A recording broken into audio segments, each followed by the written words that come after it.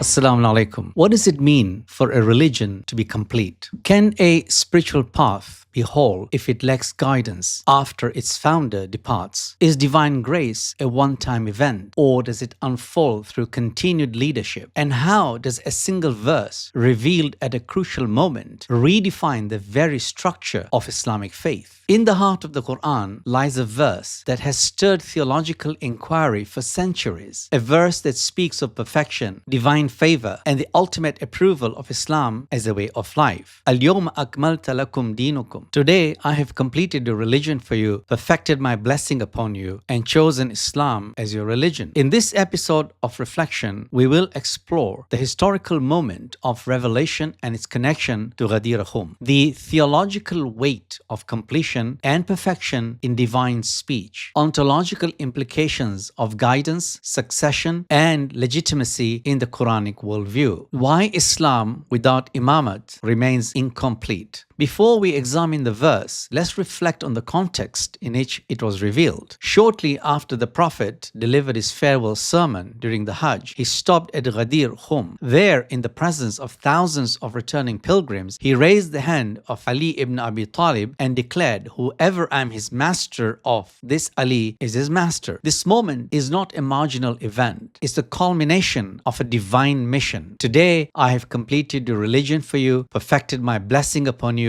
and chosen Islam as your religion. Āllāmah Ṭabāṭabāʻī explains that the phrase today signifies a transformational event, not a continuation of past revelation. It marks a new ontological phase where Islam is no longer a message alone, but a message with divinely appointed continuity. Pause and reflect. What does it mean that God chose this day to complete his religion? This verse contains three key declarations. Akmaltu dīnakum, I have completed your religion. Atmamtu ni'mati, I have perfected my blessing. Raditu lakum al-Islam, I have chosen Islam for you as your way of life. Each clause is packed with epistemic and theological meaning. Completion, ikmal, refers not to quantity but structure. The rituals were already known. Prayer, fasting, pilgrimage, and charity had been legislated. So what was missing? According to āllāmah Ṭabāṭabāʻī in al-Mīzān, it was leadership, the formal declaration of Imamate that completed the edifice of religion. Without a guide appointed by God, the message risks distortion, fragmentation, and loss of divine intent. In epistemological terms, a truth claim must have both origin and preservation. Revelation, waḥy, is the origin. Imamate is the preservation. Reflect for a moment. If guidance is complete only with divine leadership, what happens when that leadership is denied? The verse continues, I have perfected my blessing upon you. What is this blessing? Is it the material comforts of the Muslim polity, the victorious expansion of Islam, or is it something deeper? Imam al-Baqir and Imam al-Sadiq alayhi salam both explain in Tafsir al-Qummi and al-Kafi that the blessing ni'mah refers to wilayah, the divinely appointed leadership of Ali alayhi salam and the imams of his progeny. Āllāmah Ṭabāṭabāʻī affirms that wilayah is not just a political arrangement, but a metaphysical reality. It is the bridge between divine speech and human society, the continuation of truth in time. From an ontological perspective, wilayah is the presence of divine guidance within the fabric of the world. Consider this. If wilayah is a divine gift, are we truly grateful for it? The verse concludes, and I am pleased with Islam as your religion. Why does divine approval come after revelation is complete? Because Islam is not just information. It is a system of living, acting, interpreting, and guiding. Without appointed leadership, Islam as a system remains vulnerable. Āllāmah Ṭabāṭabāʻī comments, the divine approval rida here reflects completion of form. Just as a house is not finished until the roof is laid,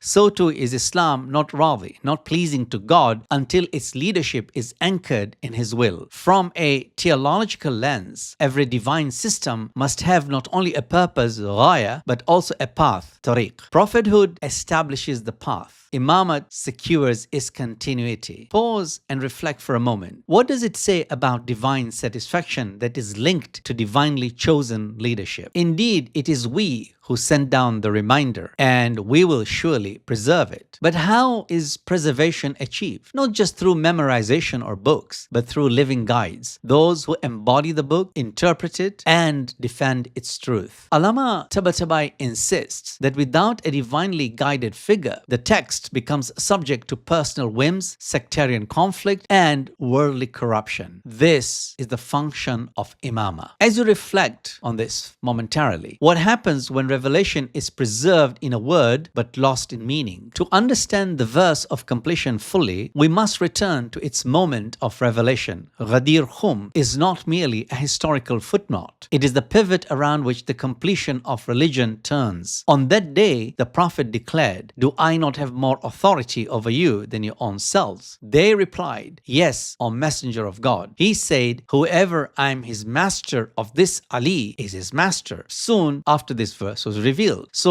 ʿAllāmah Ṭabāṭabāʻī argues that chapter 5 verse 3, completion of deen, chapter 5 verse 55, wilayah, are two sides of the same coin. One declares what must be and the other confirms how it is fulfilled. Contemplate on this for a second. If Ghadir marks the seal of completion, why has it been neglected in the Muslim memory? Islam is not just a code of law, it's a path of becoming, a journey towards God. Ontologically, human beings are not self-sufficient in knowledge or perfection. They require guides whose purity, isma, knowledge, and divine designation are beyond error. ʿAllāmah Ṭabāṭabāʻī frames this cosmologically. Just as the universe has a precise order, so too does guidance. The Prophet is the axis, qutb, of revelation, and the Imam is the axis of continuity. Reflect deeply. Why would God guide humanity and then leave them leaderless? In philosophical terms, religion addresses three core needs: epistemology, what is true and how do we know it; ontology, what is real and how do we relate to it; teleology, what is our purpose and who shows the way. The verse of completion answers all three. Epistemology, the Qur'an is a source of truth, and the Imam is the authorized interpreter. Ontology, guidance is a reality that must remain present, not abstract. And teleology, the goal is union with God, and that path is illuminated by divine leaders. Pause and reflect. Is it enough to know the truth, or must we also be guided in how to live it? Finally, let's now distill